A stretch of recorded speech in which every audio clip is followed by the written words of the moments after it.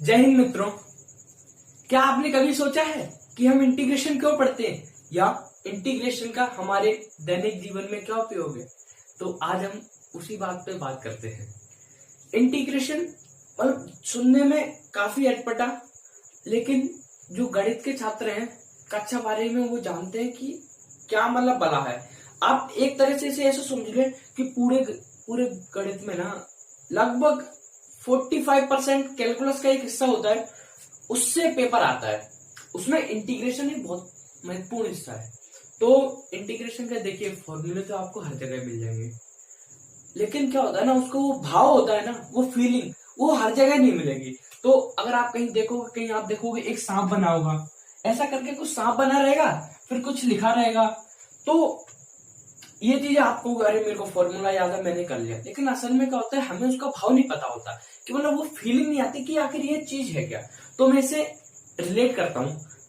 क्या है, मम्मी ने एक दिन आपसे कहा, झोला पकड़ा दिया आपको और बोला जाओ सब्जी लेके आ जाओ। तो एक दिन मैं गया, मैंने कहा कि भाई आलू खरीद लेते हैं। मैंने पूछा क्या भाव चल रहे हैं? बोले 5 रुपए किलो चल रहे हैं। वास्तविकता में ऐसा नहीं है, लेकिन मान लेते हैं इजी कैलकुलेशन के लिए। तो बोले, मैंने कहा चलो 4 किलो दे दो। बोले 4 किलो क्या भाव के आएंगे? बोले 5 और 20 रुपए के आ गए। ठीक है, लेकिन मैं बढ़िया लेके आया। मम्मी ने आगे कहा महंगे ले आए, लुट गए, सही नहीं ला पाते, उससे बढ़िया तो हम ही खरीद लेंगे। चलो ये हर जगह हर घर की यही बात है। अगर आप लेने जाओगे, इवन पापा भी लेने जाएंगे तो मम्मी यही कहेगी महंगा सामान ले आए, इससे बढ़िया तो हमें ही ले आते। अब चलो अगले दिन की बात थी, मैंने सोचा चलो आलू नहीं लेके चलता हूँ, अलग अलग चीजें वैरायटी लेके चलता हूँ। वैरायटी में मैंने ले लिया, आलू ले लिया 1 किलो, 2 किलो टमाटर ले लिए, 1 किलो प्याज ले ली। माना 4 किलो मैंने लिया है, पहले भी मैंने 4 किलो लिया था, आज भी 4 किलो ले रहा हूं। बोले तो क्या कीमत से लिया? 5 रुपए इसके हो गए। 2 किलो टमाटर लिए थे तो 12 रुपए इसके हो गए और 7 रुपए इसके हो गए, कुल मिला के हो गए 24 रुपए। ठीक है, फिर भी मम्मी ने यही कहा। अब एक दिन ना मैंने सोचा कि कुछ दिमाग लगाया जाए, अपनी भी मजबूरी का, औरों को पता चले कि हम कितने मजबूर व्यक्ति हैं। तो एक दिन ना हम क्या यार किसान भाई हैं अपन सब, भिंड के रहने वाले हैं, भिंड क्षेत्र के, मुरैना के। तो अपने यहाँ खेती होती है। तो मैंने कहा गेहूं की पैदावार हो रही थी, तो मैंने सोचा चलो गेहूं बहुत सारे प्रकार के आते हैं, जैसे W75 है, सरबती है, लोकमान है। पहले बहुत पुराने समय पे लाल कलर का गेहूं भी चलता था। तो मैं अपने एक दोस्त के पास गया, उसको साथ में लेके मैं मंडी गया। मंडी में क्या होती है, खरीद होती है गेहूं की, फसलों की, मतलब जिस भी फसलों की सरकार द्वारा। तो मैंने उनसे कहा, देखा मैंने उनसे रिक्वेस्ट की, तो मैंने थोड़े कुछ दाने हर तरह के ले लिए। जब ट्रॉली आ रही थी तो हाँ चलते आप ले सकते हो। तो कम से कम बहुत सारे प्रकार के मैंने गेहूं ले लिए, कम से कम 25, 50, 60 मान लीजिए, 60 प्रकार के गेहूं अलग अलग क्वांटिटी में ले लिए और सबका भाव अलग। अब मैं झोले में भर के 4 किलो गेहूं लेके आ गया। मम्मी ने आज क्या लिया है? मैंने कहा मम्मी आज गेहूं लेके आया हूँ। मम्मी सोच गेहूं लेके आया। मैंने कहा मम्मी ये इतने प्रकार के गेहूं हैं, ये रहे दाने, अब रेट लिस्ट ये रही। मैंने अपनी कॉपी दे दी। अब मम्मी क्या कर रही, एक गेहूं उठा रही। अब गेहूं को आप कैसे नापोगे? या तो आप बड़े साइंटिस्ट हो, या मतलब साइंस वाली चीजें हो कि आपके पास इंस्ट्रूमेंट हो। सुनार की दुकान पे चले गए, इनको शाम के समय पे उनका तराजू लिया है। अब गेहूं रखे, नापे वजन, फिर उसको कैलकुलेट कर, ऐसे 4-5 दिन लग गए।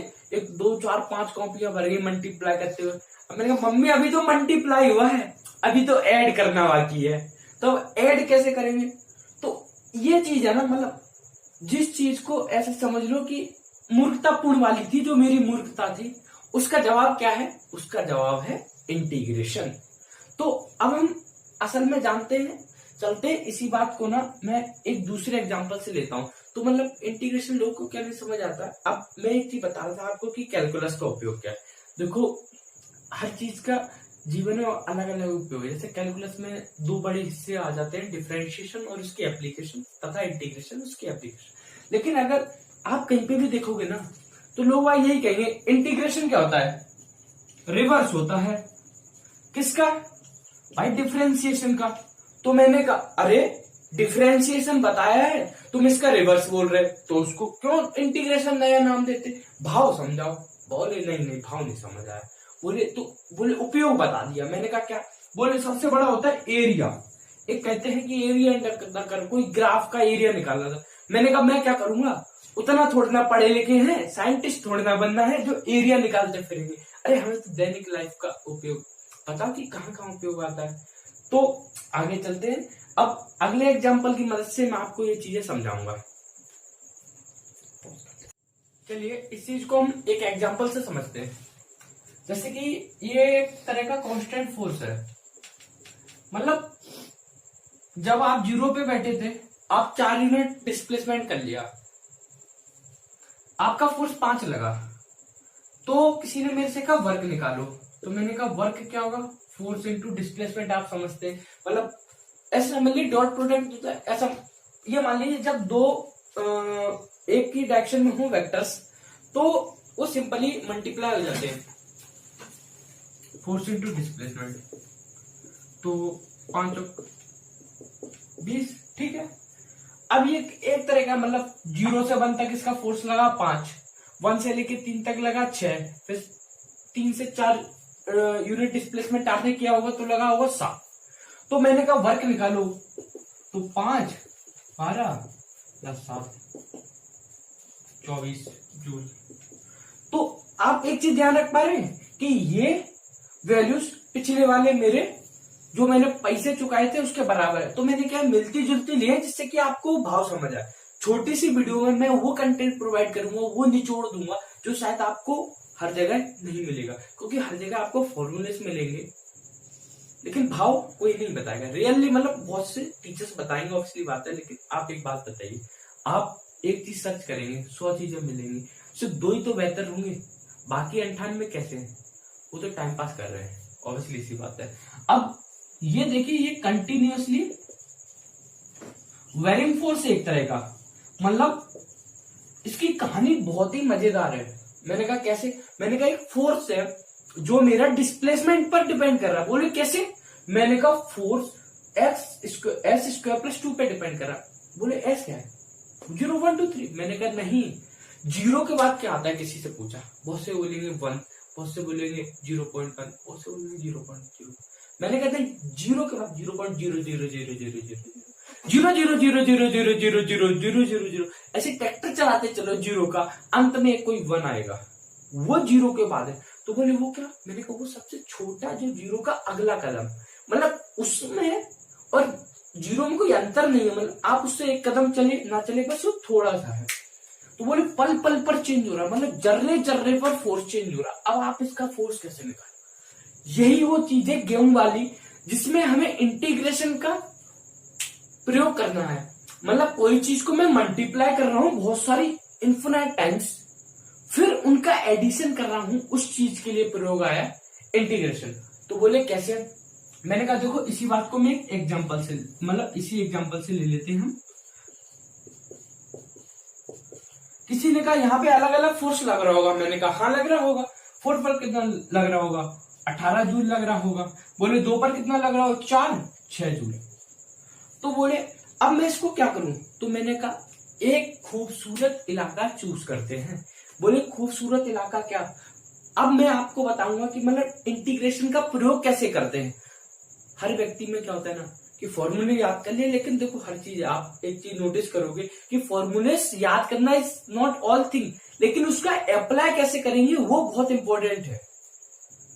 तो मैंने कहा एक मैंने किसी भी एक्स बिट पर, मतलब जर्नल मैं निकाल रहा हूं, कोई dx बिट का एलिमेंट ले लिया, dx मतलब छोटा सा डिस्प्लेसमेंट, ठीक है। मैंने कहा इसकी खासियत क्या है, मैंने कहा इसकी खासियत ये है कि इसके जर्रे से इधर और जर्रे से उधर पर फोर्स चेंज नहीं होगा। तो बोले कोई कैसे, मैंने कहा फोर्स देखते हैं।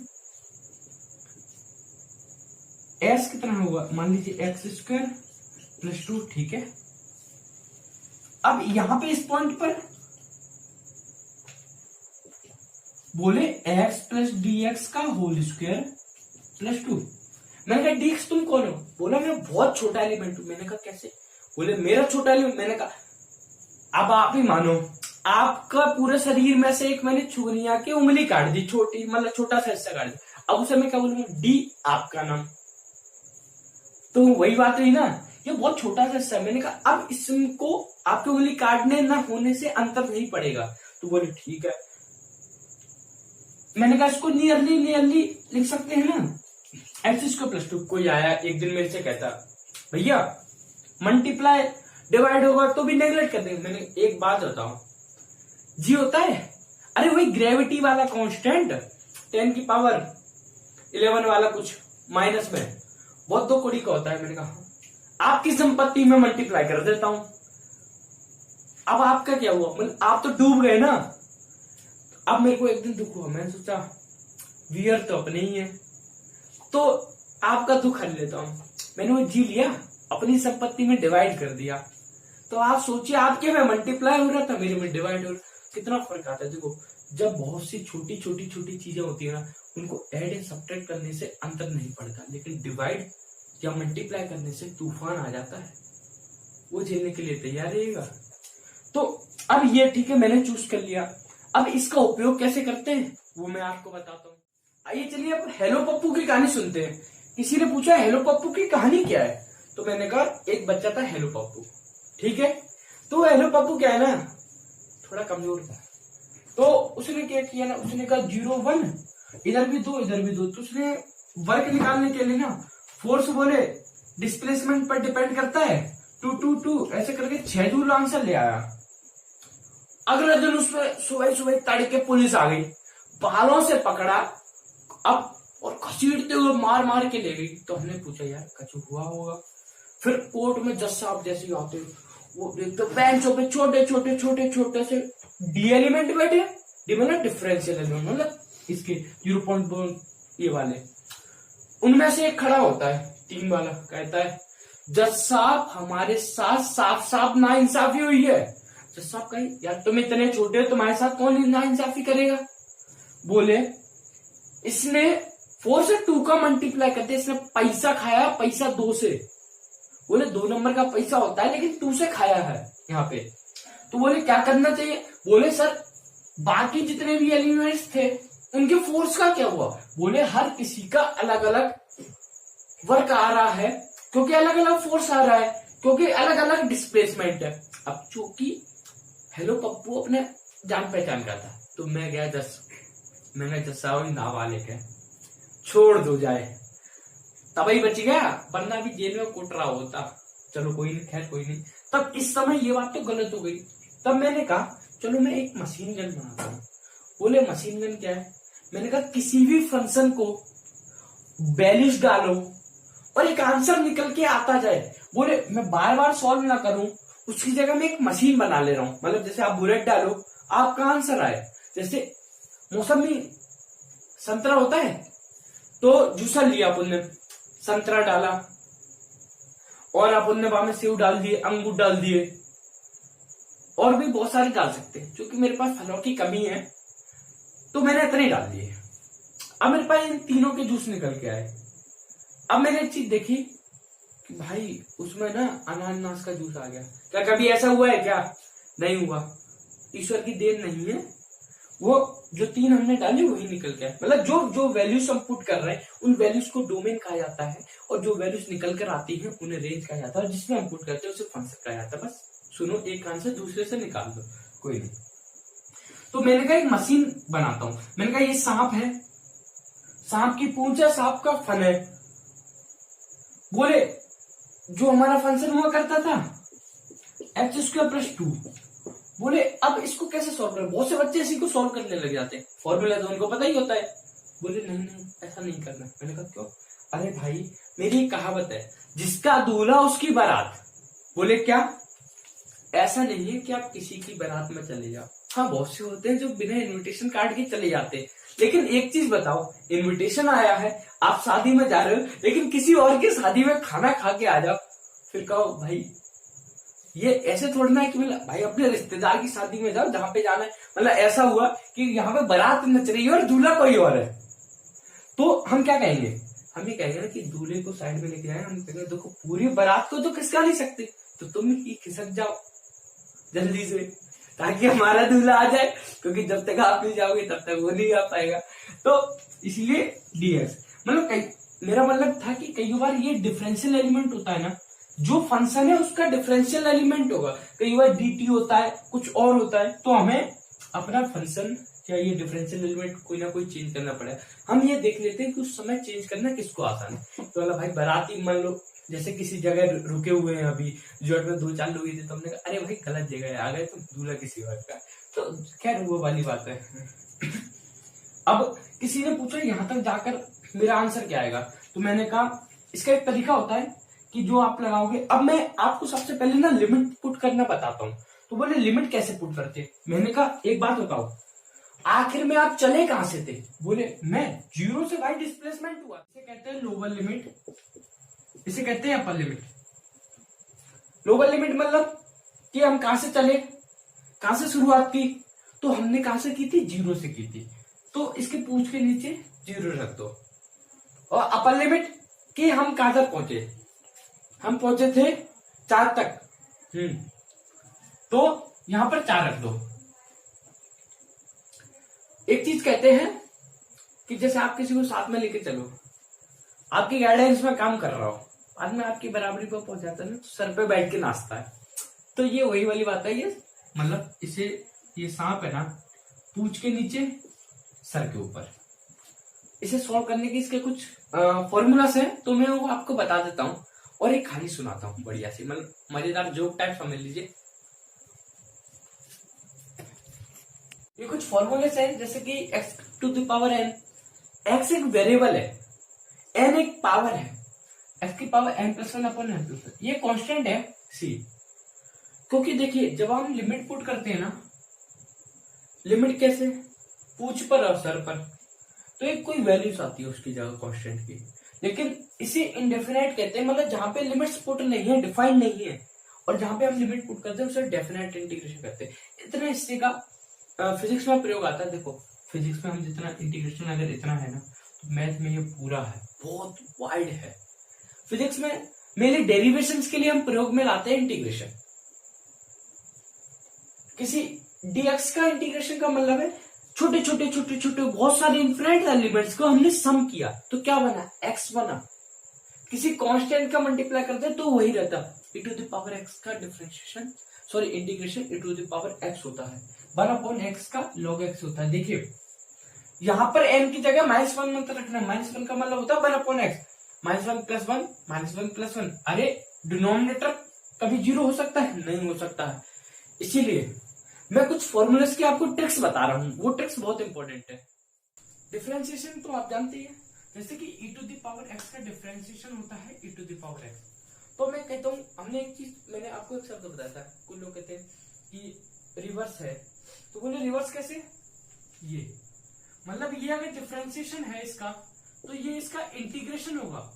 बोले जिस प्रकार से डिफरेंशिएशन का काम होता है स्लोप बताना, वैसे ही इंटीग्रेशन का काम होता है एरिया का बताना। तो मैंने कहा sin x का डिफरेंशिएशन क्या होता है, बोले cos x होता है। मैंने कहा तो इंटीग्रेशन क्या होगा, cos x का, बोले sin x। ठीक है, तो ये जो इधर की तरफ जा रहे हैं उसे डिफरेंशिएशन समझ लीजिए, इस एरो को आप इंटीग्रेशन समझ सकते हैं। लेकिन एक चीज याद रखिए, जो यहां वही यहां, क्या, जो यहां वही यहां। बोले cos x का डिफरेंशिएशन क्या होता था, आप मुझे बताइए। बोले बहुत से लोग -sin x। अरे अब sin x का इंटीग्रेशन क्या होगा, बहुत से लोग बोलेंगे cos x। अरे भाई माइनस लग रहा है तो माइनस इधर आएगा, तो sin x का जो डिफरेंशिएशन सॉरी इंटीग्रेशन होता है माइनस का cos x। किसी ने मेरे से पूछा कि sec x का डिफरेंशिएशन क्या होता है, मैंने कहा sec x का होता है sec x tan x। तो sec x का इंटीग्रेशन, मैंने कहा log of sec x। बोले कैसे, log बराबर sec x का tan x, तो इंटीग्रेशन sec x होता है log of sec x, possible log of minus cos x भी बोलते हैं। सही बात है, आप कुछ भी कर सकते हैं। ऐसे ही अगर कोई मेरे से कहे a to the power x का डिफरेंशिएशन, तो a to the power x log a होता है, ध्यान रखिए, x नहीं होता है, समझ रहे हो। x मतलब है कांस्टेंट की कुछ पावर x जो बदल रही है। तो मैंने कहा अगर इसका इंटीग्रेशन करूंगा तो मैं यही कहूंगा ना कि भाई a to the power x, तुम बाकी log a तो उधर चले जाओ। तो मैंने कहा a to the power x का इंटीग्रेशन क्या हो। अब आप ही लोग बताइए, मुझे कमेंट में लिख के बता सकते हैं आप लोग। a to the power x upon log। तो मैं एक कहानी सुना था कि देखो हम लोग भिंड मुरैना वाले लोग हैं, ये सब आपने देख लिया, भिंड मुरैना वाले लोग हैं। तो अपने यहाँ पे क्या होता है ना कि मतलब जैसे कि अभी मैं वीडियो बना रहा था तो बीच में लाइट चली गई थी और ये रात का समय है।